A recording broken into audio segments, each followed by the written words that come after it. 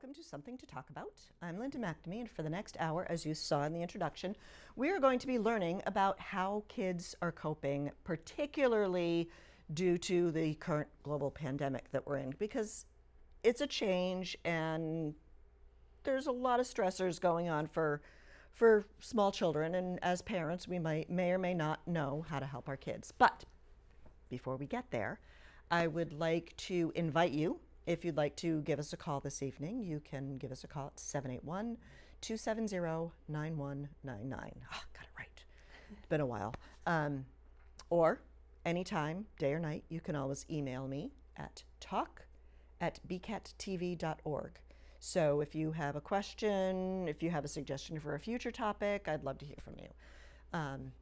We are, again, limited crew this evening. We have Chris Flaherty, who is a staff member here, who's flying solo because he's so good at it, and we want to keep our other volunteers safe. So as much as I miss Jolie and Liz and Stephanie and Dominic and Colleen, I'm glad that Chris is here to make sure that everything's up and running. So definitely we want to thank him. And as always, I want to thank my husband, Paul, for staying home for Daddy Date Night.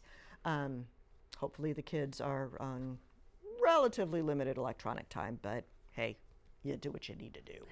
So now, all the housekeeping aside, I would like to introduce my wonderful guest for this evening, Alyssa Kendall, who is the counselor at Pine Glen Elementary School here in Burlington.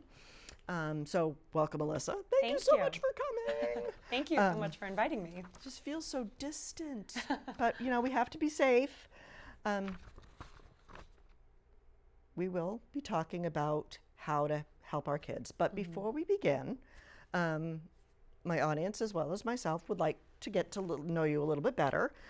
So can you tell us a little bit about yourself, where you grew up, how you came to the Burlington area, and what made you want to be an elementary school counselor? Definitely. I get that question all the time, and I love answering it. Good. I actually grew up in Lexington, so I was neighbors with Burlington my whole childhood. I attended Lexington Public Schools and was always really familiar with the surrounding town. So I spent a lot of time in Burlington, at the mall, the movie theater, at all the restaurants. So I was really excited when an opportunity to work in Burlington came up a couple years ago. So that was something that, you know, I saw it and I jumped at the opportunity because it's a town I'm familiar with, and I really, you know. So obviously you didn't go to like University of Alaska or anything. So. I didn't. I did go to school. I went to my undergraduate at Elon University, which is down in North Carolina. Oh, it's a liberal arts private college with about 6,000 undergraduate students. Okay. And it was kind of there that I figured out I wanted to do school counseling and really focus on child development. Oh, so yeah, growing up, I'd always worked with young kids. Did you ever like think of going into teaching, or was it always like just the helping aspect? Yeah, so I have 3 younger siblings, and I feel like I was like the babysitter extraordinaire as a teenager and young adult, and I was always with neighbors and family and friends and my own siblings kind of doing the babysitter thing, which then transitioned to camp counselor, of course, or swim instructor or birthday facilitator. And so as I went into college, I thought that teaching would be my path. And I was pretty committed. I knew that the school I went to, Elon, had a great education program, so I was excited about that.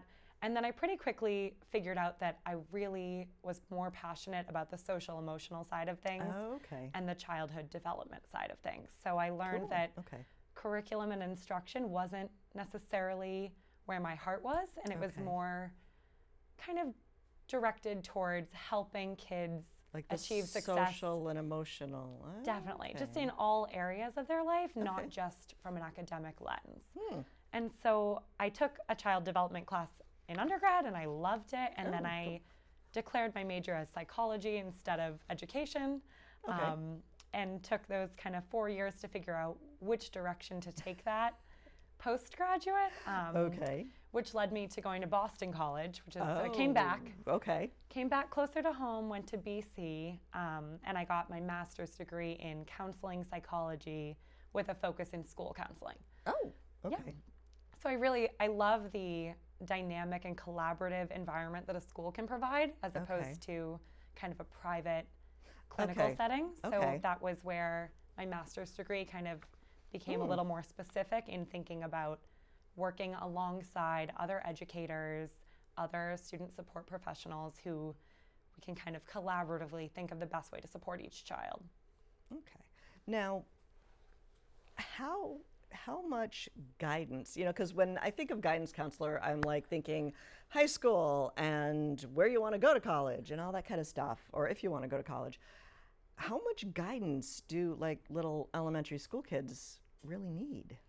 It's a great question, and I think it's probably one of the biggest misconceptions about being a school Well, yeah, counselor that's why I asked it. in an elementary school. And I find myself answering that in my personal life all the time. You know, Okay. people who think about their own guidance counselor and they really only think about the college and career readiness piece of high school. Right. And of course, there are people who had interactions with their counselor at younger ages, but it seems it's less frequent. Yeah, I don't remember even having a And counselor or school not psychologist. every school did. And it's we're going back possible- like 40 years, but Yeah, so I think that children, especially at the elementary age, really do benefit from direct teaching and practice of social emotional skills and coping strategies. So Okay. my role, although I focus on academics throughout my day, is more to teach character traits such as respect and empathy and Okay. self-control. how to be a decent human How being. to be a decent human being. And we want to start that work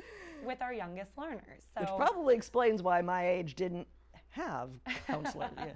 Yep. yeah, so a lot of, the work that myself and my other colleagues in Burlington Public Schools, and especially in the elementary schools, a Okay. lot of what we're doing is focusing on really teaching kids how to be a well-rounded individual and to Okay. promote a positive overall development. So But like empathy, how do you teach that? Can you teach that? You can. It sounds hard, but you just teach a child to think about something from someone else's perspective. So Okay. practicing standing in someone's shoes. You start by teaching about identifying feelings and understanding feelings, not only Okay. in yourself, but in others.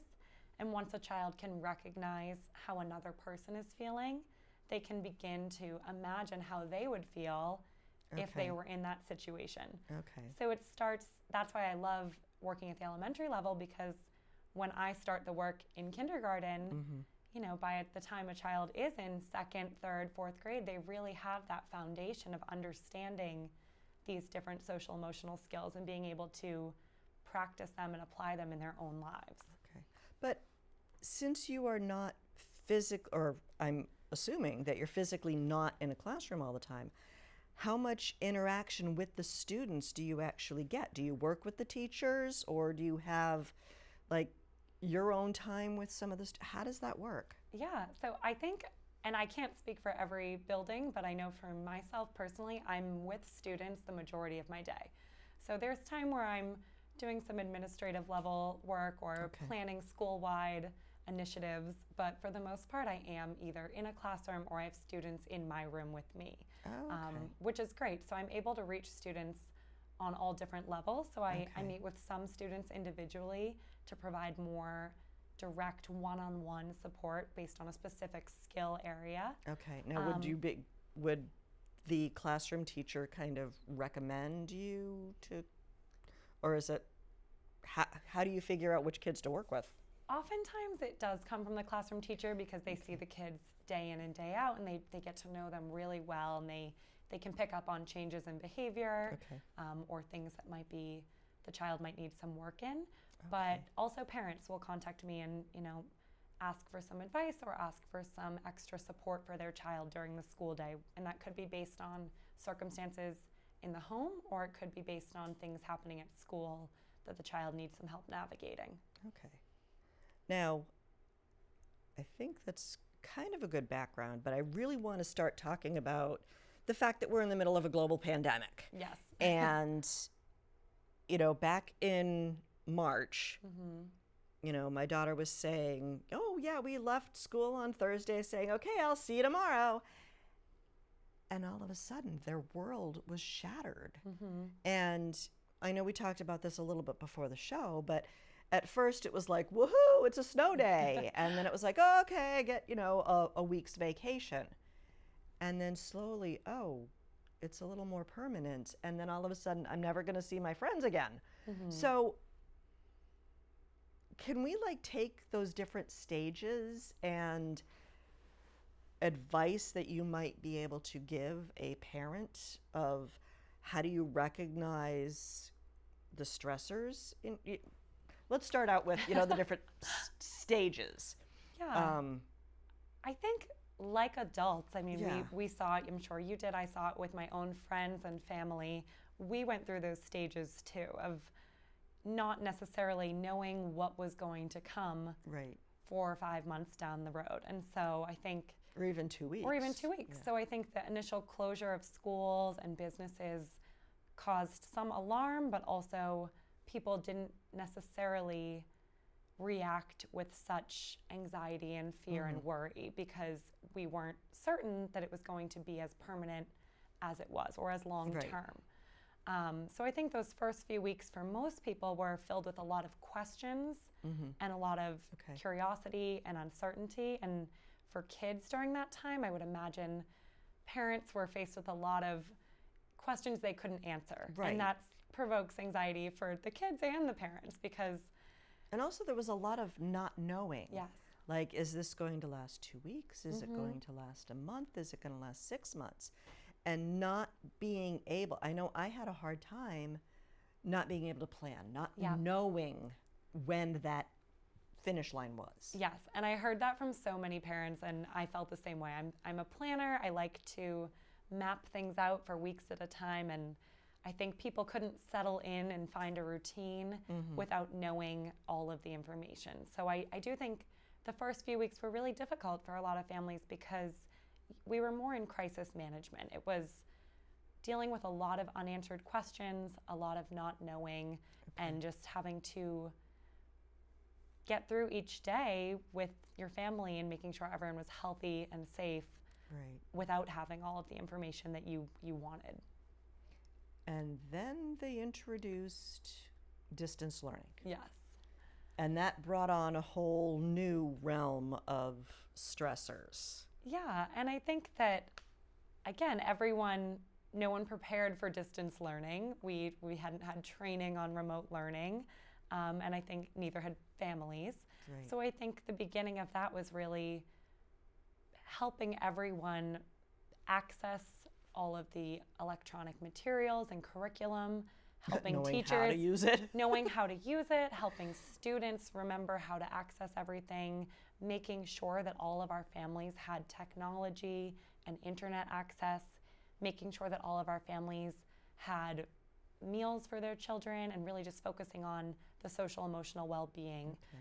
At least from my lens, my work for a lot of the first few weeks to few months was kind of just making sure everyone was accounted for and doing well and providing support where necessary.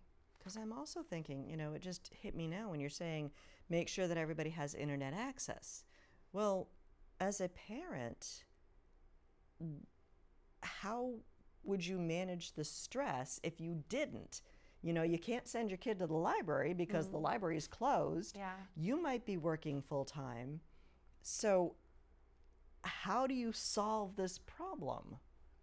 Yeah, there was a lot of stress for parents, and I think that we saw some of that trickle down into our kids. And so I think internet access and providing food and loss of jobs was all tied into different concerns that some of our families were facing. And I think each situation was unique and different, and that's where the school counselors, the school psychologists, the principals, and our incredible teachers came into play, because the teachers really did manage a lot of this themselves, and they would reach out when they knew of a family that needed support, but they were definitely the first point of contact for many of our families who were struggling during the past few months.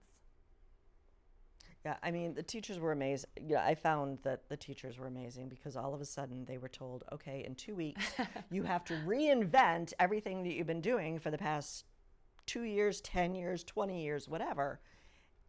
And you have to deal with this and make up the tools as you go along. So granted, it had to be stressful for the teachers, but I'd like to turn more to the parental perspective. Of course. Because parents are going through a lot of stress. And how could parents react so as not to put the same stressors that they're experiencing onto their kids? Yeah, that's a challenge. I mean, especially when you're with your kids most of the day, every day, because like you said, they can't go to the library, they can't go to the playground, and especially they can't if go it's to a like friend's younger house. Kids. Yeah, and our younger kids are so used to that socialization and that change in their routine and change in their environment that it's hard for them to be in their home all day or be in their home in their backyard. And so I think some kids don't even have backyards. Of course. Like there's a lot of kids who live in apartments and there's no place to go. Yeah. And I think as a result, our kids were constantly watching the adults in their lives and watching to see how they were reacting, watching to see how they were handling things emotionally.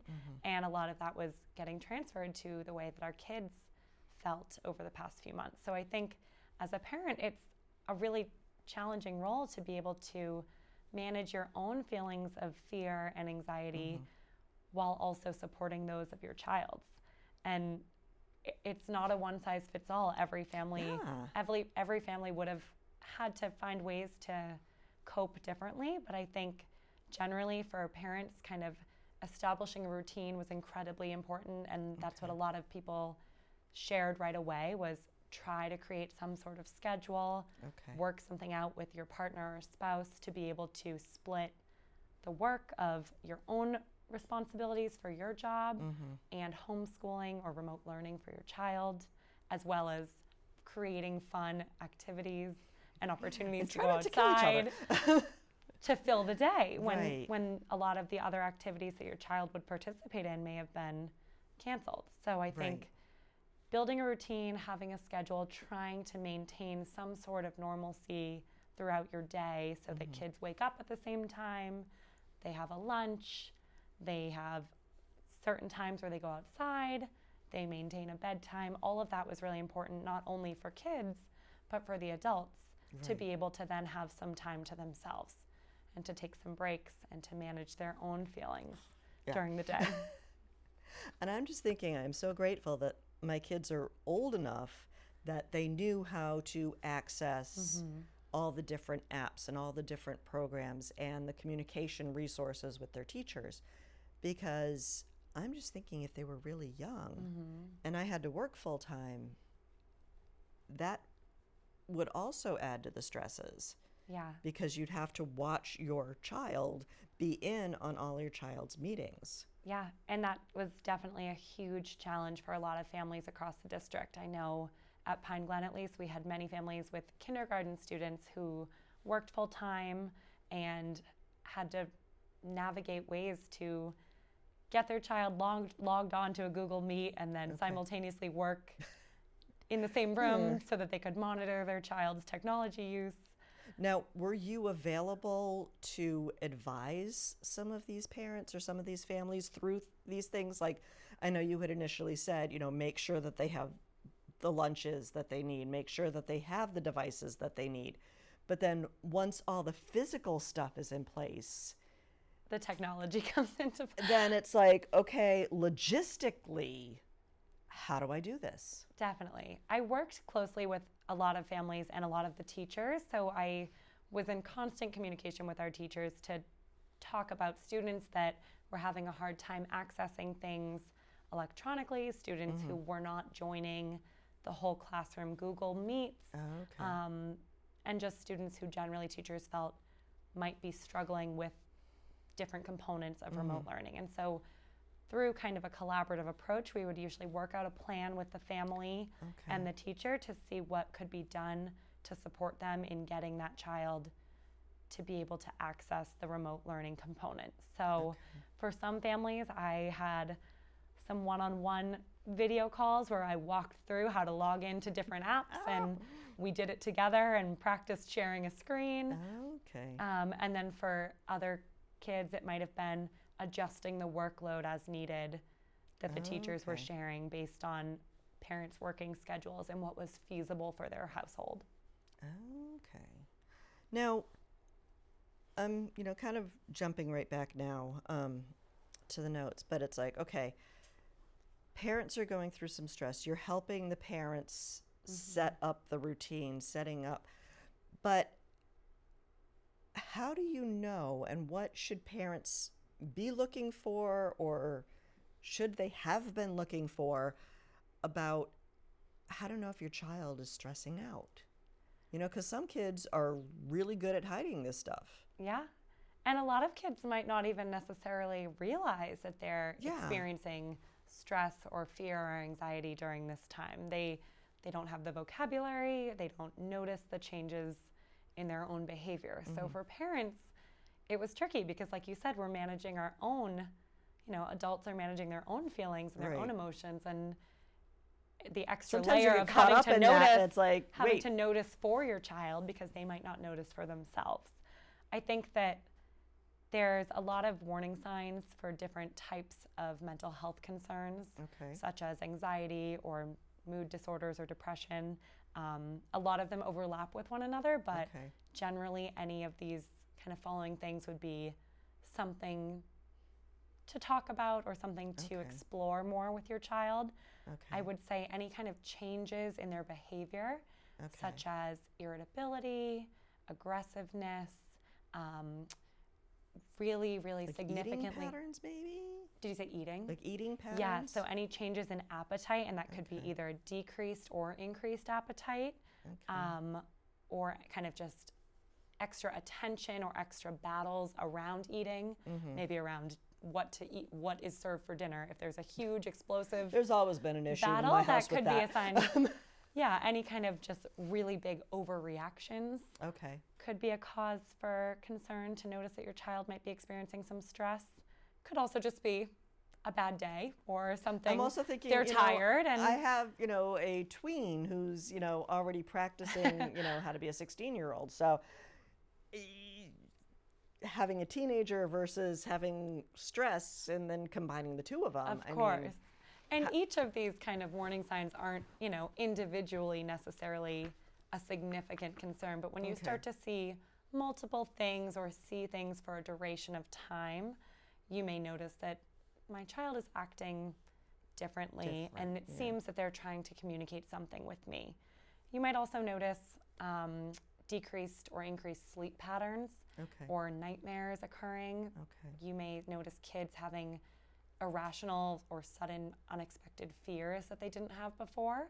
And it may not be related to the pandemic, but it could be a sudden fear of spiders that they never had mentioned until this time. And that could be an indicator that they're stressing about something else. So what should a parent's not really line of defense, but what should their checklist be if they see these things going on with their kids? Yeah, I think Do they call you? Do they call their teacher?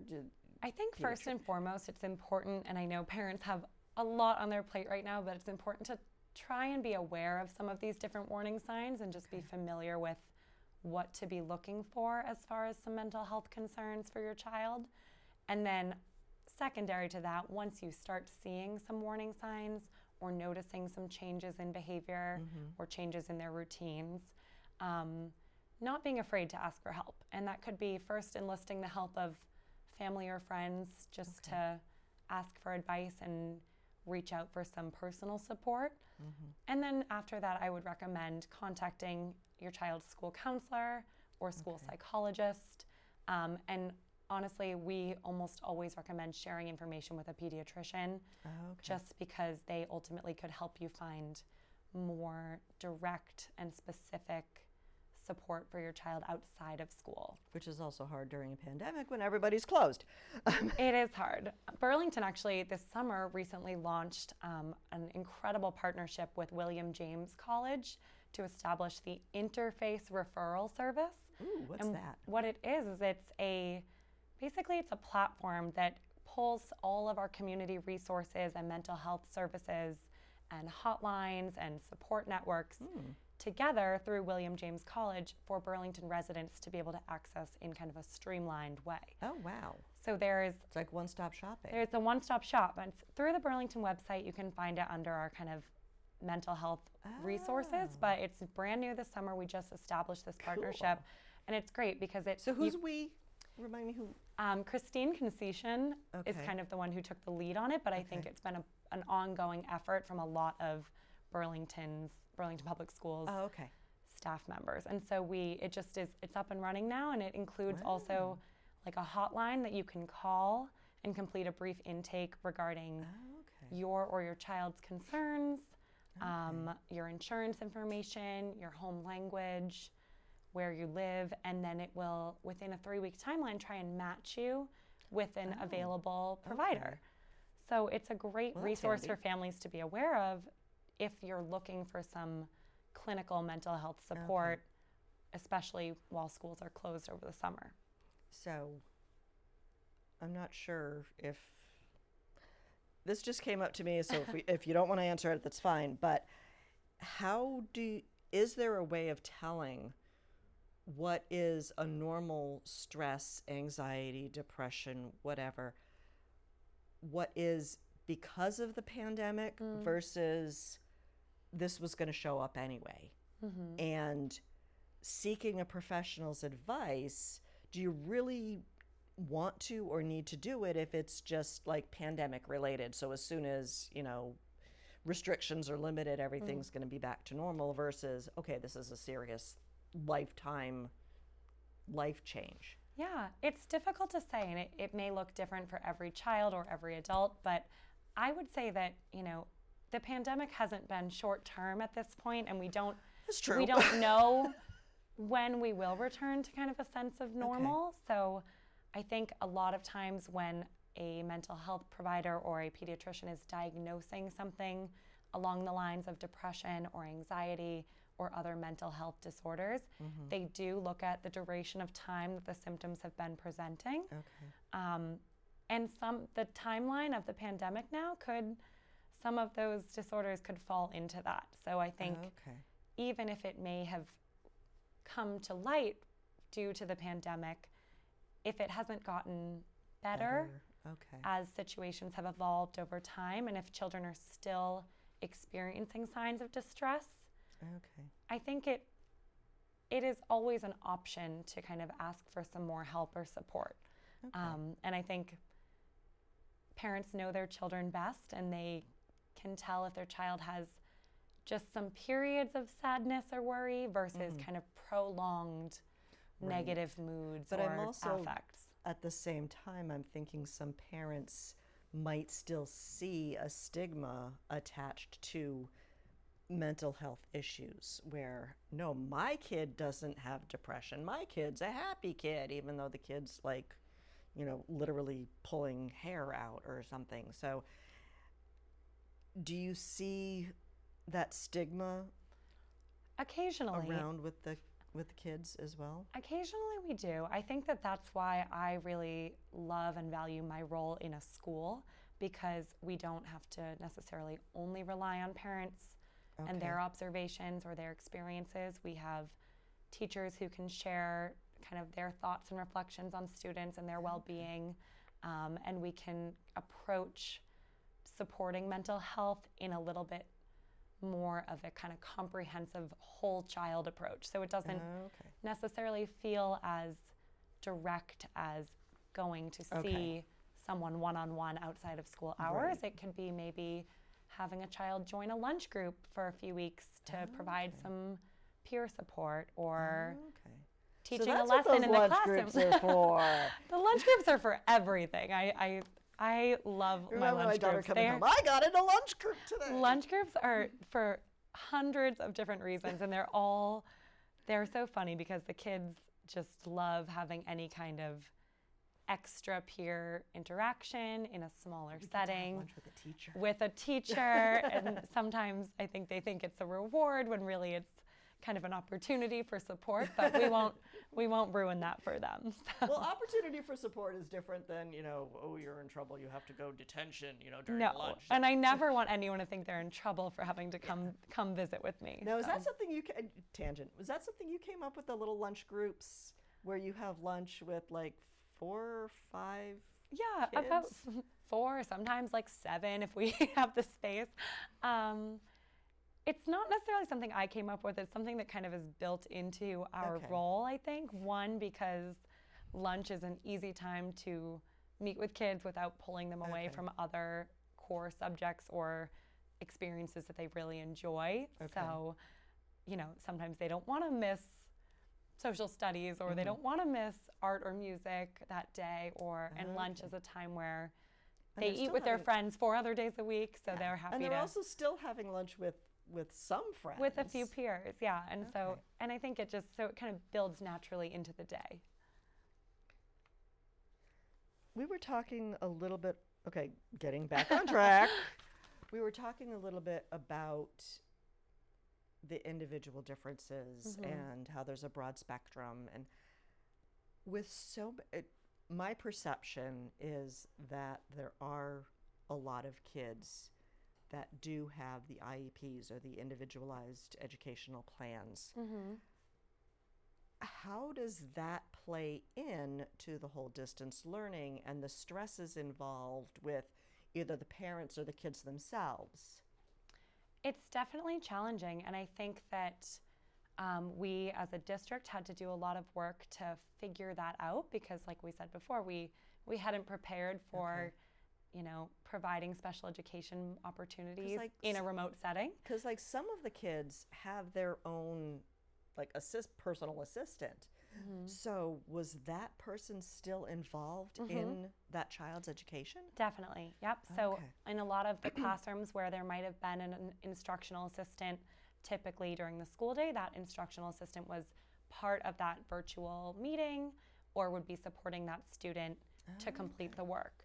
And on top of that, all of our other service providers, such as speech and language, occupational therapy, physical therapy, those providers were reaching out directly to families and students, trying to work out some form of plan for how to provide the same support or a version of support. Yeah, because I'm thinking physical therapy virtually, it's got to be a challenge. There was a lot of creativity involved in how to share resources and provide opportunities for students to still be accessing their individual plans that support their learning differences. So there was, a lot of communication amongst teachers and providers and a lot of communication amongst families of students who have an IEP and those who don't, just to work collaboratively and be flexible and find ways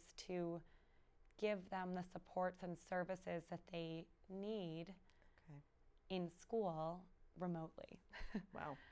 But I can say that, all of our students, regardless of their learning differences, we did our best as a district to meet those needs remotely.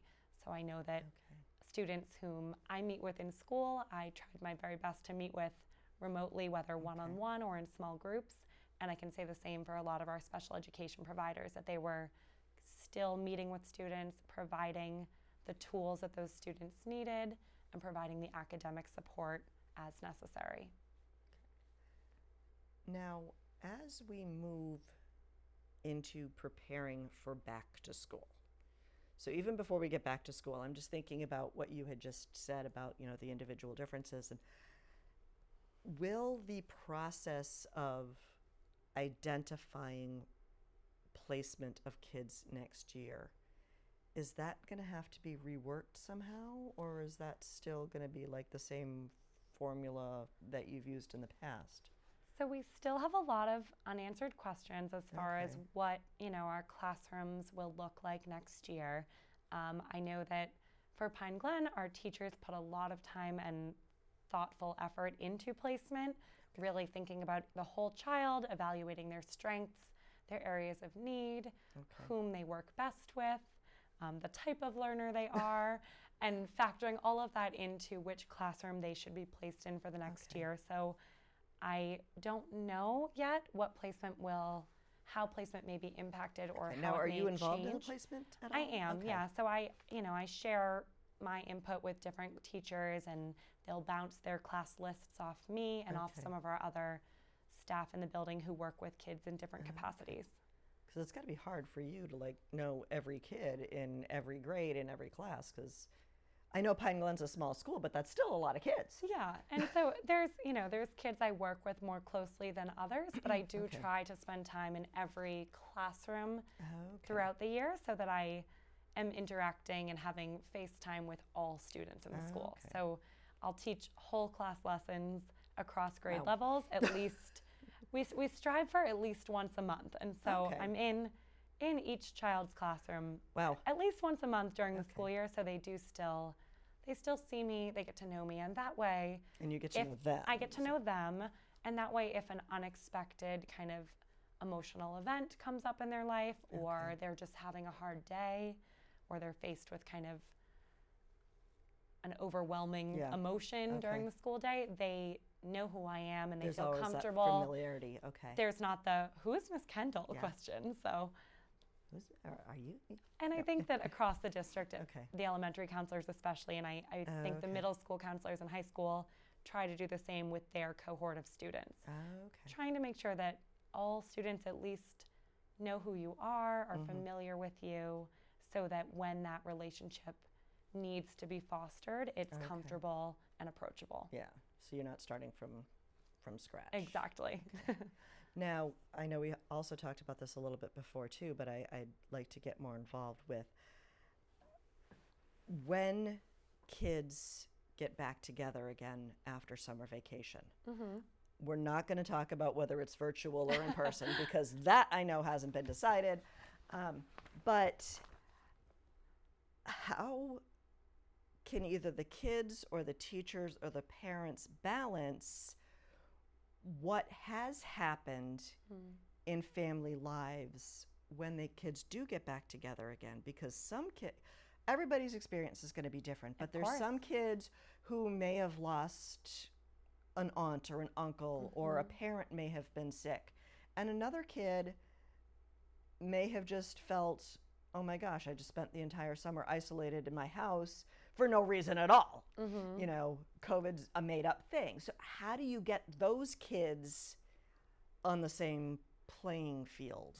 What are suggestions either for, I think what that, do you do? I know, I mean, I think that we're seeing this with adults as well. I think I've noticed it with friends and family that everyone is coming from a different perspective and from a different personal experience with this disease. And so we are really feeling pulled at different directions based on what everyone is comfortable with and what everyone's experiences have been.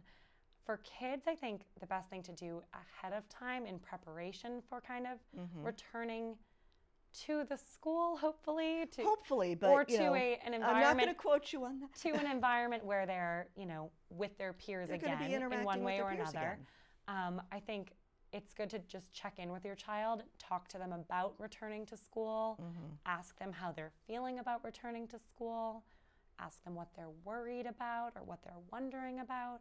And although at this time we might not have all the answers, over the next 6 weeks or so, those answers will come forwards, and being able to have kind of an honest conversation with your child about what they should expect for the school day will be really important in kind of establishing a sense of calm for kids returning to school.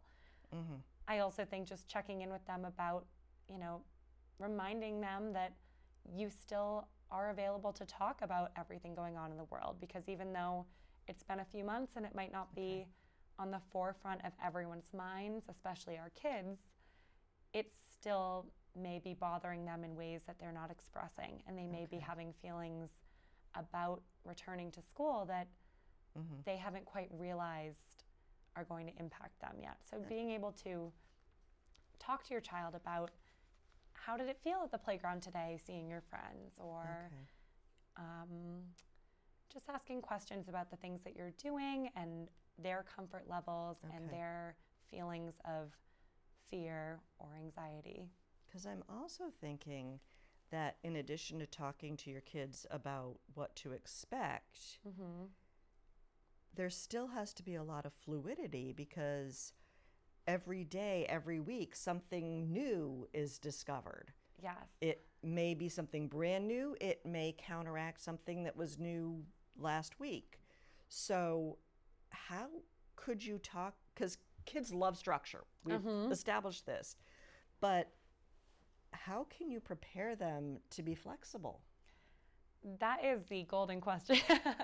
We really focus on No pressure. on teaching flexible thinking and on encouraging students to kind of have a growth mindset and be flexible and persevere when faced with challenges. And I think that it's a lot easier said and taught than practiced, and Right. adults experience that all the time, that when giving advice to someone else, it's easy to navigate them towards being more flexible or patient, but when faced with a situation yourself, you find yourself your patience tested or feeling Exactly. frustrated or angry. And so I think for our kids, kind of being honest about the fact that the situation is evolving and that we might not have all the answers and that we don't know how long certain things are going to go on for, and that making them aware ahead of time that the situation could be changing Okay. kind of at any point, and that we all have to be flexible, and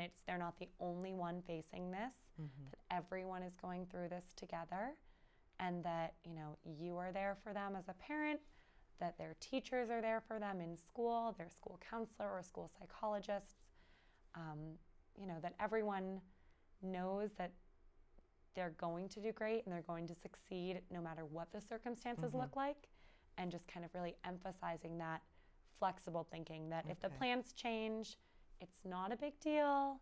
We can move forward. So we can use a coping strategy if we're feeling frustrated about Okay. it or feeling stressed due to the sudden changes in plans. Okay. And I think I need a little more information about like the masks, whether or not the kids have to wear them. But you see on the news, some people believe in masks, some people do not. Some people believe in the social distance, some do not, and there's so many different shades of gray in between. So, is there like a conflict management thing that either you have to do, or the teachers can do, or parents can do? Because somebody's going to be different than Yeah. your mindset. Definitely. And I think that, like you said before, everyone's coming from different experiences this summer where their families are comfortable with all different types of social distancing or mask wearing or opportunities outside of the home. And so I think I can't say that we've worked out all of the details as far as kind of managing students Okay, but it's and following okay. the guidelines that the district decides. But he doesn't have to wear a mask. How come I have to? I can think- hear it now. I think we're going to be following the state's guidelines and then Okay. whatever Burlington as a district decides. And within each school building, there will be kind of training and protocols in place for making sure that those safety and health guidelines are followed by Okay. all staff and all students. Okay. I do believe that, especially at the elementary level, there's going to be some conscious efforts to have breaks from the masks, whether that's outside when students can be very much socially distanced from one another, or in smaller settings where they can be further away. I know that even for adults, wearing a mask for 4 to 6 Especially when you hours have would glasses on, be you just- challenging. And so we recognize that we're going to have to build in some opportunities for students to get fresh air, to be engaging with their peers without being physically close. So there's a lot of work to be done at the kind of school level once we have more information about whether we will be returning in person or not. Okay. And eventually we will be. So we'll. I hope so. So that planning will, that planning will come. The bandwidth on my internet provider is being pushed to the limits lately. I think that, as we learn more about what our return will look like, we will be able to kind of establish the guidelines for wearing masks, for social distancing, and keeping everyone safe, while also understanding that kids may have different rules that they're following outside of the school day. Okay. But just like how if you have different rules about food, or you have different rules about the way that you play at home, or the vocabulary you use, vocabulary is a big one. School has its own set of guidelines. So I think that the it'll just safety be guidelines another will be a school decision, and we'll have to enforce them. I've always admired, I've chaperoned field trips, and it's like, okay, I have 2 kids and I can't get them to do anything, and then I go on a field trip and here's one teacher with 20 kids and they do everything. And sometimes she doesn't have to yell. Like, what is this magic potion that you have? I will say at the elementary level, I know that at least at Pine Glen, we spend a lot of our first few weeks really setting up classroom norms and expectations and routines, and promoting kind of positive behavior and rewarding and reinforcing that, to be able to get to an opportunity where we can do a fun field trip, and we can expect that our kids will, for the most part, engage themselves in a respectful and appropriate way. And for the most part, I would say that, overall, the kids are phenomenal at learning routines, and also managing their own behaviors and their own emotions throughout the school day. And they're really good at ratting out the kids who don't. There's some of that too. Now, we do still have a few minutes left. I know we've been talking about the isolated family, the isolated school, kind of like families in a bubble, but can we talk a little bit about what kids might be exposed to in the media, and how can they process that? Because there's a lot of stuff going on. Yeah. And I know my son's already freaking out about the next presidential election. It isn't until November, so I'm just like, I don't know if I can make it until November and keep my sanity. So is there a way to advise kids from what they see on the media, on TV, and how to normalize that? I think the past 4 months or so for us, the media has really played a huge role in people's mental health. And I know for myself, I had to stop myself from looking up news articles and reading data and numbers a few months ago, because it was just really taking a toll on my own ability to feel positive and, look on the bright side of things and see the light at the end of the tunnel. And so I think limiting kids' exposure to media as much as possible is going to be beneficial. And I fully understand that gets harder the older the child is, when they have access to social media or their own personal technology. But at the elementary grades, I think that really kind of trying to limit exposure to the news, exposure to media. There's just so much out there that isn't necessarily providing accurate or factual information, and there's a lot of storytelling about individual people's experiences that can cause some fear. Thinking about, children reading that and believing it's happening to everyone. Because they're, even in video games, they're throwing ads at the kids, and and political ads too. It's like, and I think moving forwards, in a political climate that we're in right now, I think parents having conversations with their children about the things happening in our society is really important, and that can look different at different ages and for different families. But asking kids if they've seen anything on the news, or what their friends have been talking about lately, what they've read online, what ads have popped up playing video games, and kind of following their lead on seeing what they already know and what they're wondering, establishing, correct information, so helping them to understand what is factual and what is known right now and what is still, what questions we still have or what is still being yes, exactly. Because it's like, it's like you hear all these parenting professionals saying, limit the screen time, limit the video games, limit the TV. But as we had talked before, parents are trying to juggle so much that sometimes you're just like, okay, we're in the middle of a global pandemic. Go watch your iPad, or something. And I think screen time was, inevitably going to increase a little bit over the past few months, especially before the weather kind of turned and kids were able to more freely go outside. But even now, it's like, I don't want to send my kid out in 93-degree temperature with 98% humidity. Yeah, I guess it was like May and June were really nice because you could, okay, today's nice. You could take a break from your remote learning and go ride a bike, whereas now it's kind of oppressive humidity some days. But I think that, to the best of parents' ability, trying to, if not limit the screen time, limit the exposure to the news and to media, and kind of controlling what your child is reading or is watching in a way that gives them information that's age appropriate and not going to promote any more fear or worry or anxiety for them. Because I think there's enough of that already just from their day-to-day life. Right. That we don't want. The fact that they haven't seen their friends in 3 months. Yeah, or that they can't see certain family members up close, or that they have to wear masks everywhere they go in public, or that things have been canceled. There's so many reasons that kids are, this is taking a toll on our kids, that kind of exposure to the news, especially news that might not always be productive or positive,